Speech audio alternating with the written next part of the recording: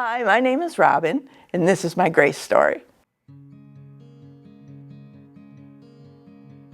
I was raised Catholic, and I guess you can call it a non-practicing Catholic. It was important to my grandmother, though, and she provided for our Catholic education, and anytime you spent the night there and it turned into Sunday, you went to church.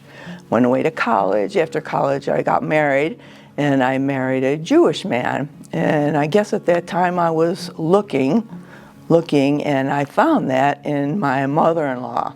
I like to call her righteous. She was probably the first person I ever knew that walked the talk.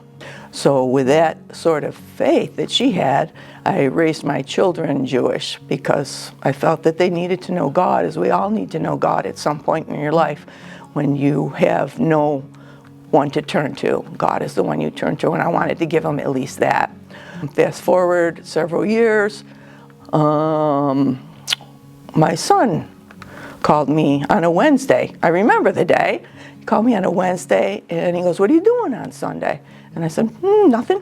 I said, "Walking the dogs, dinner." And he said, "Well, you want to go to church?" I said, "Sure, I'll go to church," because I wasn't church going or anything. He goes, "I'm getting baptized." My son's getting baptized, and we went to church. And you know, as a parent, when you see that happiness and joy on your child's face when he said his grace story, amazing, just amazing. After my son was baptized that day, I started coming to church at Randall every week. It was a good feeling, praying on the way here, hearing the services that always affected me in some way. And I'm sort of a private person for a while, so, you know, when you say get up and talk to people, I'd sit there and people would come talk to me.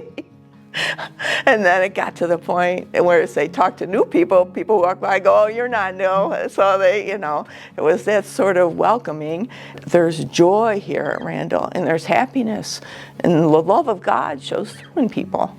And this community and this church has it as part of their DNA.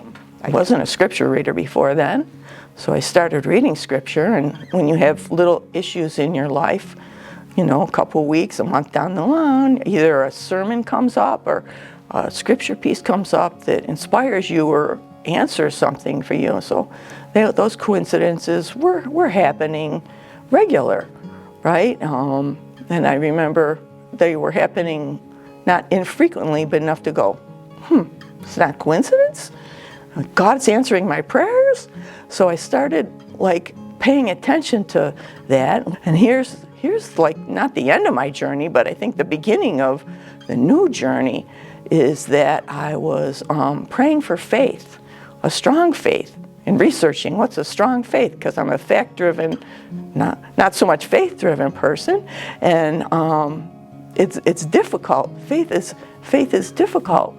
And I keep reading on it and would talk about it. And then we're sitting in sermon one day, and one of the pastors said 4 words I'll never forget.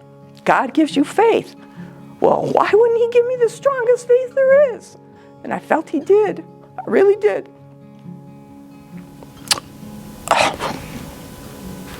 So a couple weeks after that, I called Pastor Brian, said, "I think I'm ready for baptism." And we started to arrange it, and 2 weeks after I went, "Oh no, what did I do? I'm not ready, I'm not worthy." And then I'm sitting there, and I know many of you have probably watched The Chosen, and I was binge watching it one day, you know, and I got to the last episode where Jesus walks on water, and he calls Simon out. Simon walks and then sinks. And then Jesus reaches down and gets him up. I go, "Oh, okay, I sort of get it now." But to think that was the end, no, God had to drive it home with a sledgehammer.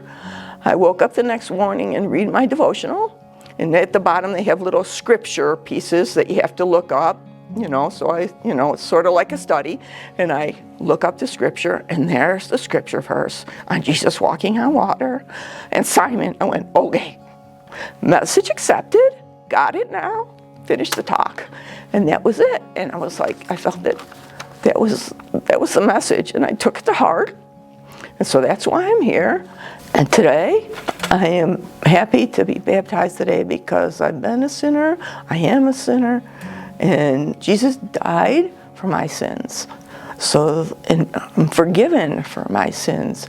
And now is the resurrection, and I feel this is a good time for me to symbolize that, the resurrection of myself through Jesus.